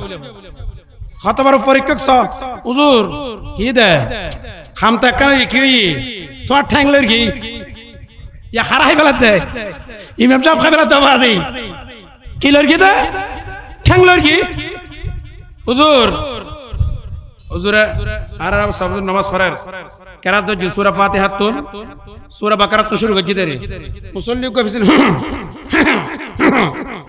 হুজুর সিঙ্গেল দে কি দে বাজি সিঙ্গেল নামাজ পড়া সিঙ্গেল কে কে দেরি কেন নামাজ আর আসল একদিন নামাজ মাইতি এক জায়গার কথা না আরে আর কেন নামাজ শোন ইমাম সাহেব কেরাত পড়ে নামাজ দুই রাকাত হই খরাহা চার রাকাত নামাজ দেরি আর দুই রাকাত নামাজ আছে না নাই তৃতীয় রাকাত হুজুর নামাজ পড়ে এটা আর খরাত আর গালতি কি মুসল্লি গই মোবাইল কল আইনা নয় এটা বিয়াকুন কি নামাজ না বাজে আয়না নামাজ পড়ে আর বিয়াকুন কি নামাজ কল দিয়ে দেরি কল দিয়ে আল্লাহ শুরু করি মুসল্লি জীবন নামাজ পড়ে কতবার নামাজ যাও পাঁচ তো লই হ্যালো হাক বড় কম বক্ত জালিমের কথা বল আনা নামাজ পড়তে হয় আনা নামাজ তার আছে নাউজুবিল্লাহ বার করে না হইবে না মিছাতা হয় জালা মিছাতা হয় না না নামাজ শেষ হই কিরোহা ইমাম সাহেব পিরে কথা দিবে হর তুই খিলে দে ওদা কিরগিরি क्या खीर की माने तो निजे बर्बाद माचर मुसल्ले रखले बर्बाद कर दे की खद तो हाथ तो कॉलेज तेरे होते रहा नमाज पढ़ दे खड़ा नमाज भीतर बेअदबर कथा बुझते माने नमाज पढ़ तू न जानो कॉल किल्ला दियो से खत्ता नमाज এরা চিন্তা করিস কত বড় নামাজ আমরা চিন্তা করে দেখো এই নামাজে লাভ কি হবে এই নামাজে ফায়দা কি হবে হাদিসে পাকের মধ্যে একটা হাদিসে জিব্রাইল বলা হয় নামাজ সম্পর্কে আমার নবী থেকে জিজ্ঞেস করলেন হযরত জিবরাইল ইসলাম নামাজ আমরা কিভাবে পড়ব খোদ তুই নামাজ পড়িবে তো ওইভাবে নওয়াইতু আন উসাল্লিয়া যেভাবে নিয়ত আছে কাবাতুশ শরীফাত ইলা জাহাতিল কাবাতুশ শরীফাত আল্লাহু আকবার করে নিয়ত বান্ধি দি দুনিয়াদারি বফুয়া বিল্ডিং তাহাফ হিসাব ব্যাকিন বাদ দি আই নামাজ পড়ি দি আল্লাহর সন্তুষ্টির লাই আর মালিক আর খালেক আর সামনে আছে সুবহানাল্লাহ মালিক খড়ে ঠিক না বেটি খানা মালিক ডানে আজরাইল আছে বায়ে জামা জাহান্নাম আছে পেছনে জান্নাত আছে সদরবদর নগরের মালিক সামনে ওই মাথার দিবে বন্ধ করে দিবে জিবরাইল আজরাইল হাসা আছে ক্রেডিট বেরে ধরে এখন শেষ করে দিব রে তো কি মানি আচ্ছা মনে করুন আমার চাকরি করুন এবার চাকরি করিস যদিও ভাইবে না ফাঁকি দিয়ে দেরি মালিক যখন সামনে আয় যাবো গুই ফাঁকি দেবার কোনো সুযোগ আছে না বলো না পারার হলো না পারার যথেষ্ট চেষ্টা করিব না মালিকেরও খুশি করি বেলাই আরো খুশি করি বেলাই গোড়া দিন পর হামলা করে মালিক যখন আসি এক হাত না দুনো হাত করে রাখা লোয়া দুনো হাত লোক কিল্লা কি মানি মালিক যদি একখানা অসন্তুষ্ট হয়ে যায় হয়তো বা মাল কম দিব নয়তো বা খালি এত নোয়াইছেন হইব হইব না হইব নহইব আল্লাহর 100% তুই জিএনডি দুনিয়ার মালিকের সরি করি বেলাই মালিকেরও খুশি করি বেলাই বেতন পাই বেলাই হাম এন ভাবে মনোযোগ সহকারে করি ডানা ভাবে নসাই উতই হাস গরনত আছে তো যেই মালিকের সৃষ্টি করছি যদি আবার সামনে তো তাহে আর সাজিমত তাহে লামকার তাহে নয় তোমার সামনে যে মালিক আছে বলে হর মালিকেরও সাই কেন তুই হেলাও হইতে লাগি মালিকেরও সাই কেন ইমাম সাহেব কেরাত করতে হু করতে লাগি খতন নামাজ আওয়াজ আরাস আল্লাহ কইদেন নামাজের জান্নাত দিব আবার খদুন নামাজে মুখবারে মারি দিব ঠিক না বেঠিক খানা তাহলে আমরা নামাজে কত হবে নামাজের মতন এমন ভাবে নামাজ পড়তে হবে মালিক আমার সামনে আমি আমার মালিককে সন্তুষ্টি করবার জন্য আমার খালেককে সন্তুষ্টি করবার জন্য আল্লাহু আকবার ইয়া গফার সুবহানার সাথে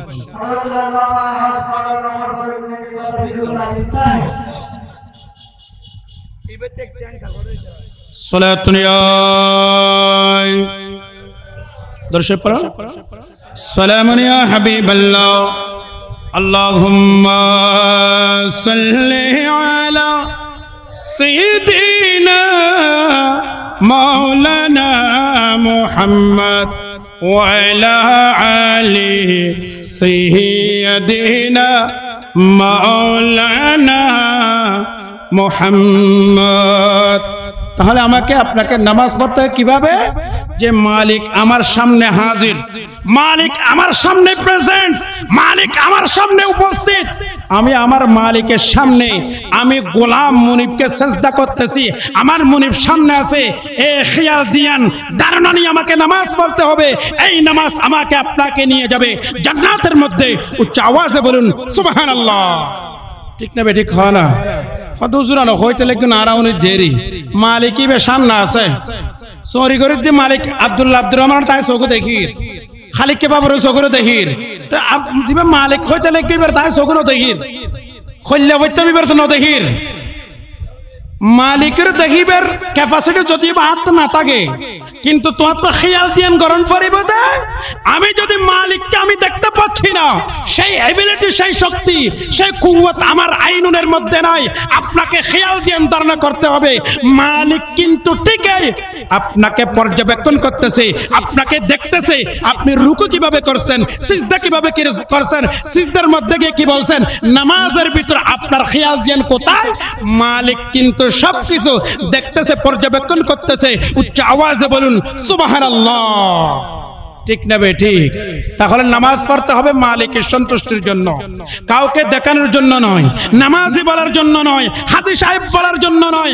আমাকে নামাজ পড়তে হবে, এটা আল্লাহর হক। কার হক? আল্লাহ কোরআনের মধ্যে বলেছেন কুলিন্না সলাতি ওয়া নুসুকি ওয়া মাহইয়ায়া ওয়া মামাতি লিল্লাহি রাব্বিল আলামিন। নামাজ হলো আল্লাহর জন্য। কুলিন্না সলাতি, নামাজ কার জন্য? আল্লাহর জন্য, আল্লাহর সন্তুষ্টির জন্য আমাকে আপনাকে নামাজ পড়তে হবে। তাহলে সেইভাবে যদি আমি আল্লাহর ইবাদত বান্দাই করি, তাহলে নিশ্চয় আমি একজন আশিক রাসূল হয়ে যাব। নিশ্চয় এখন আমার নবীর আশিক হতে পারবো। এই সালাত, এই নামাজের উসিলায় আল্লাহ পাক রব্বুল আলামিন আমাকে আপনাকে as-সালাতু মিফতাহুল জান্নাহ হবে এই নামাজ। এইভাবে নামাজ পড়লে as-সালাতু মিফতাহুল জান্নাহ হবে, as-সালাতু মি'রাজুল মুমিনিন হবে। ঠিক কিনা বলেন?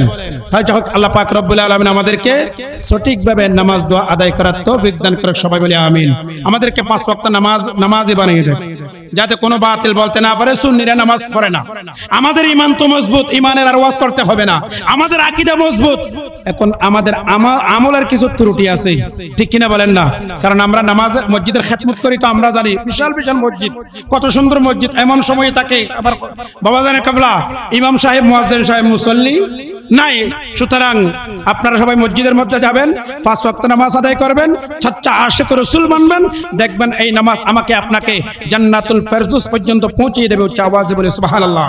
তো আত্মীয়তার হক এটাও আমাকে আপনাকে রক্ষা করতে হবে। কারণ আমরা তো তেমন বড় কোনো বক্তা না। বক্তা আমার বাবাজান কেবলারা, ওরাই তো সারা বাংলাদেশের মধ্যে ডাঙ্গা বসতেছে, মাহফিল করতেছে। যত বিষয়বস্তু আছে তাদের জন্য। আর বিষয়বস্তু দিলে আগে ভাগে দিতে হয়, একটু কোরআন হাদিস দেখে আসতে হয়।